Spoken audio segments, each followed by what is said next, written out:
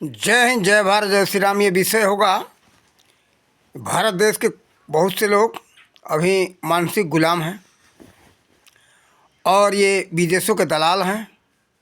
थोड़े थोड़े लोभ लालच में विदेशों के दलाल बन जा रहे हैं।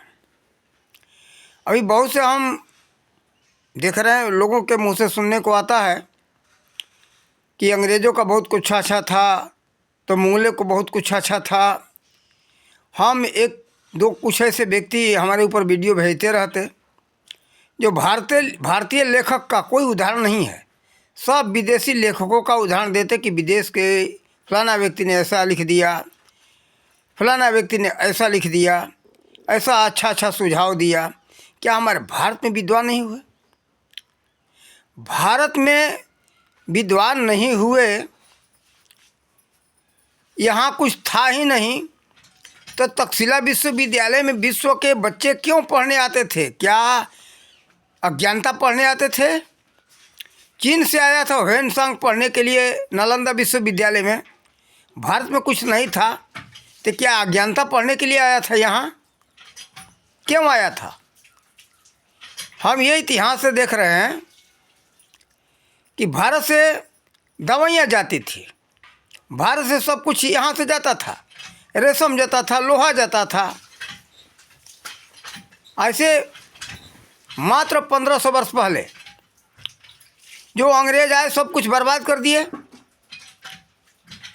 और यहाँ का जो कुछ बना हुआ था सब अपने नाम से रजिस्टर्ड करवा दिए। उनकी सत्ता थी, उनका वर्चस्व था। जैसे देखो, एक हवाई जहाज़ के ऊपर ही उदाहरण दे दो। अभी अभी हवाई जहाज़ किसी के मुंह से सुनोगे तो क्या लोग बताएंगे कि अमेरिका का रहने वाला राइट ब्रदर्स ने हवाई जहाज़ का आविष्कार 1903 में किया था। लेकिन ये सरासर गलत है। बॉम्बे के चौपाटी बाजार के रहने वाले बापू तिलकर जी तलपदे ने उसका आविष्कार किया था 1895 में। उसको ये बेईमान लेकर के अपने यहाँ जा कर के राइट ब्रदर्स के नाम से, ये अंग्रेज लोग अपने न करके राइट ब्रदर्स के नाम से करवा दिए रजिस्टर्ड, और उस लोग इसको आगे बढ़ाए। कारण कि बहुत गरीब व्यक्ति थे। देखो, विद्वान व्यक्ति धनवान नहीं होता कोई। देखो, ये विद्या धन और संसार के, ये जो संसार का ही, विद्या भी संसार का ही है। लेकिन सोना चांदी रुपया पैसा जो है, कोई दो में से कोई एक ही कमा सकता है। या विद्या धन कमा ले, या तो सोना चांदी रुपया पैसा कमा ले, वैभव कमा ले। बस यही कमा सकता है। दोनों एक साथ नहीं हो सकता है, कोई एक ही काम कर सकता है। विद्वानों के पास धन का भाव यही कारण है, जैसे एक मैं ही हूँ व्यक्ति, कि मेरे पास किसी प्रकार की संपत्ति नहीं है। बस यही है कि मेरे पास थोड़ा सा है, जो है सो विद्या धन है थोड़ा सा। कोई बहुत बड़ा विद्वान नहीं, बहुत छोटा सा हूँ, एक जीरो के बराबर हूँ। लेकिन थोड़ा सा जो भी है सो है। लेकिन मेरे पास और कुछ भी नहीं है, वैभव कुछ नहीं है। और न मुझे इच्छा भी नहीं रहता, न कमा सकते हैं, मेरे पास समय भी नहीं है। अध्ययन में, चिंतन में हम समय ज़्यादा व्यतीत करते हैं। सांसारिक वैभव के विषय में हम सोचते बहुत कम। हमको उतना चाहिए कि जैसे कबीर साहब ने कहा, साईं उतना दीजिए जाम कुटुंब समाए, मैं भी न भूखा रहूँ साधु न भूखा जाए। हमको उतना ही चाहिए, इससे अधिक चाहिए नहीं। इससे अधिक लेकर के क्या करेंगे? कारण कि जो कुछ होगा सब वो जंजाल होगा, परेशानी होगी। विद्या धन रहेगा, ये कभी हमारा नष्ट नहीं होने वाला, हमारे जीवन भर काम आएगा। और ये संसार का वैभव है, आया और गया, फिर तड़प करना पड़ेगा।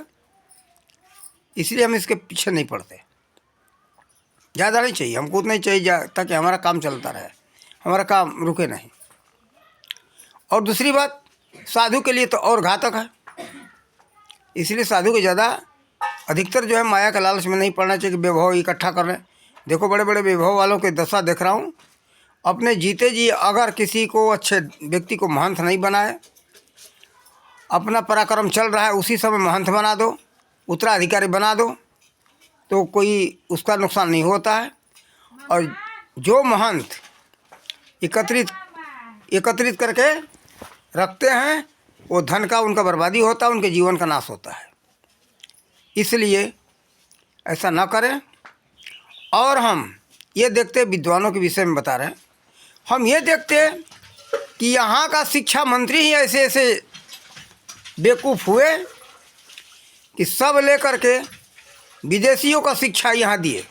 राजनीति शास्त्र देखो, तरासू और प्लूटो का राजनीति शास्त्र पढ़ाया जा रहा है, अर्थशास्त्र विदेशी, राजनीति शास्त्र विदेशी, गणित विदेशी, भूगोल विदेशी। क्या यहाँ कोई नहीं हुआ? अरे ज्योतिष शास्त्र के लेखक बहुत अच्छे कौन थे? आर्यभट्ट, जो पाटलिपुत्र के जन्मे हुए थे।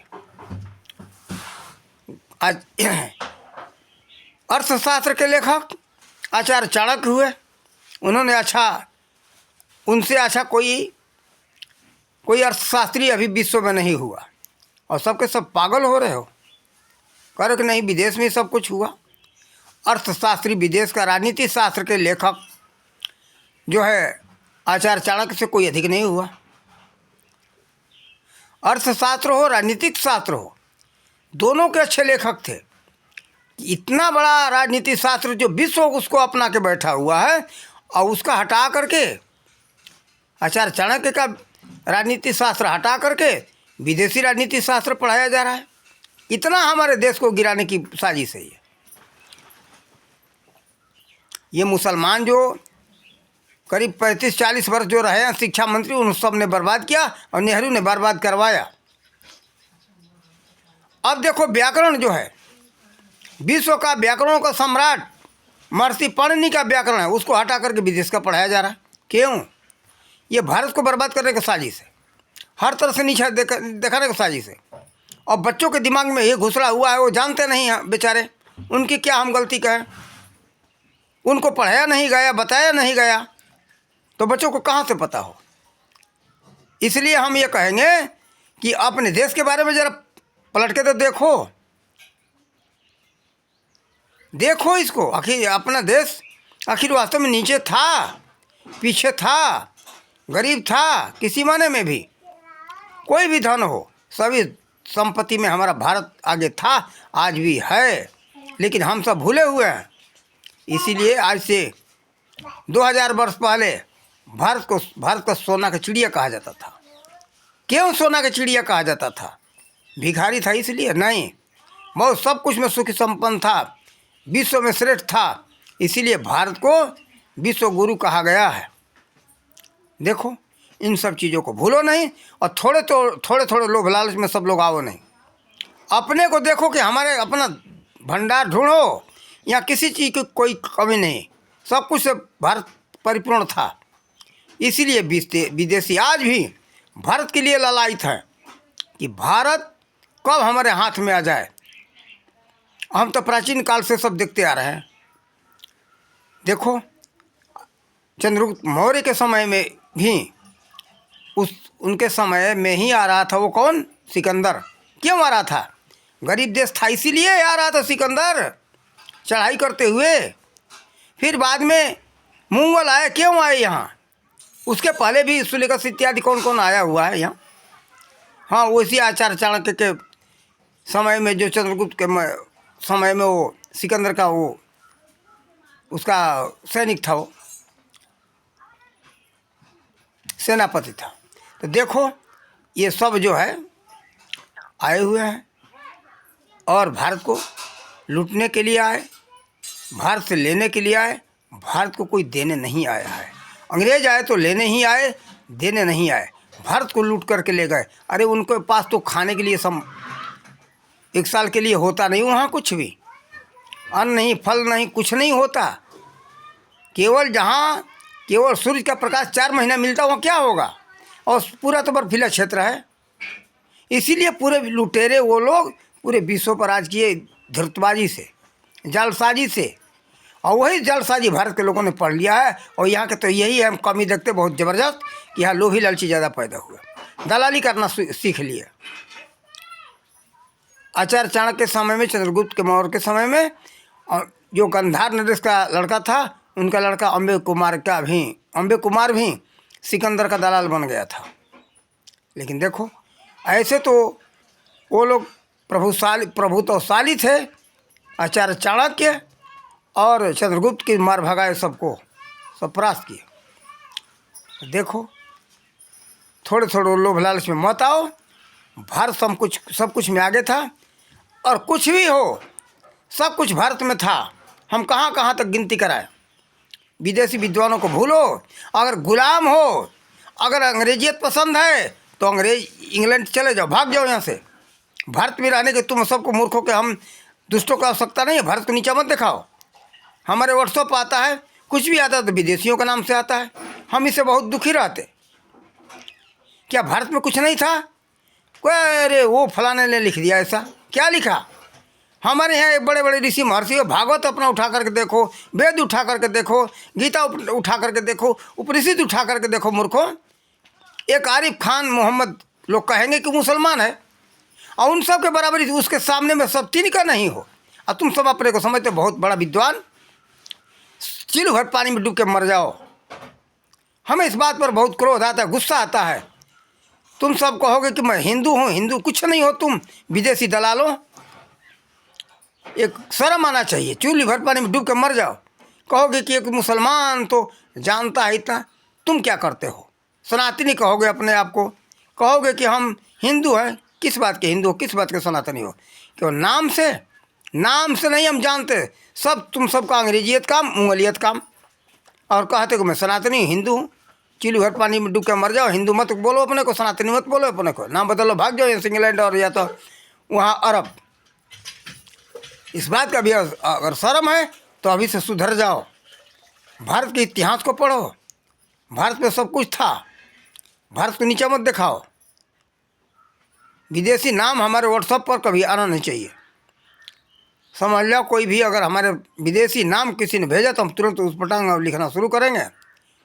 हमारे विदेशी विद्वानों का वहाँ थे विद्वान, लेकिन हमारे विद्वानों से बड़े नहीं थे, पीछे थे, वो छोटे थे। हमारे ही चेले हैं, हमारे ऋषि महर्षियों के चेले हैं वो, इसलिए हमारे भी चेले हैं। उन चेले को बातों को मैं सुनूं। गुरु का पद नीचा हो जाए और चेला का पद ऊंचा हो जाए। चेला नीचे हो जाए कि मैं कुछ नहीं जानता हूँ, शिष्य कहे कि मैं तुम्हारा गुरु हूँ, ऐसा उचित नहीं है। देखो अभी से किसी के मोबाइल पर, किसी के व्हाट्सअप विदेशियों का नाम मत ढूंढो। जय श्री राम, राधे श्याम बोलना सीखो। जय श्री राधे बोलो, जय श्री कृष्णा बोलो। देखो इतना जो है कि धीरू भाई अंबानी का परिवार, उनके भी यहाँ श्री कृष्ण, जय श्री कृष्ण करके लोग बोलते हैं। और आज क्या बन गया है भाई, बड़े बड़े पैसे वाले तो बाय बाय टाटा बोलते हैं। क्या उनके घर में बाय बाय टाटा बोलना नहीं आता है? और तुम सब बड़े विद्वान हो, बाय बाय टाटा बोलते हो, शर्म नहीं आता है? जय श्री कृष्णा, जय श्री राम, जय श्री राधे, जय, सब भूल गए। अपने महापुरुषों को जयकारा भूल करके बाय बाय टाटा बोलना शुरू कर दिए। गुड मॉर्निंग, अरे सुबह का प्रणाम बोलो ना मूर्ख, क्यों बोलते हो गुड मॉर्निंग? अंग्रेज इंग्लैंड का यह सभ्यता मत लाओ। इंग्लैंड के सभ्यता को हटाओ, तभी हमारा देश स्वतंत्र होगा। इसके भी हिस्से में सुनना है तो सोनी उपाध्याय के विचार सुनो। सब कुछ है, मानसिकता गुलामी का भी, हम गुलामियत का पहचान बताएंगे। सब गुलामी का पहचान है ये। स्वतंत्र कभी नहीं हो सकते हो, लगता है कहते हो झूठ मूठ का कि हम स्वतंत्र। किस बात के स्वतंत्र हो? सब गुलाम हो। अगर इस मानसिकता से नहीं अगर उभरे आगे नहीं हटे, अलग नहीं हटे, तो सब लोग गुलाम हो। हम ये कहेंगे कि अपनी मानसिकता, गुलामी का मानसिकता हटाओ। स्वतंत्र हो तो स्वतंत्रता का मानसिकता अपनाओ। स्वतंत्रता का मतलब स्वयं का तंत्र, हमारा सब कुछ होना चाहिए, किसी का दूसरे का कुछ नहीं। शासन व्यवस्था हमारा नियम, हमारा कानून, हमारी पढ़ाई लिखाई, हमारे जो कुछ व्यवस्था सब अपना होना चाहिए, तब वो स्वतंत्र माना जाता है। जैसे जर्मनी ने किया, जैसे जापान ने किया। अंग्रेज के जाने के बाद सब कुछ मिटा दिया, वहाँ को कुछ नहीं रखा अंग्रेजों का, सब कुछ अपना नियम लागू कर दिया। कुछ भी हो, सब कुछ अपना नियम, अपना सारा व्यवस्था, तब वो देश स्वतंत्र माना जाता है। इस तरह से भारतवासियों को करना चाहिए। हमें बहुत दुख होता है तो इस तरह का बात बोलता हूँ, लोगों को बुरा लगेगा, ये बुरा न मानो भाई। सब लोगों से हम हाथ जोड़ के क्षमा मांगते कि इन बातों को अपनाओ, समझो, ठोकर मत मार देना, समझो कि आप सबका भला होगा। इन्हीं शब्दों के साथ अपने वाणी का विराम देते। जय हिंद, जय भारत, जय श्री राम।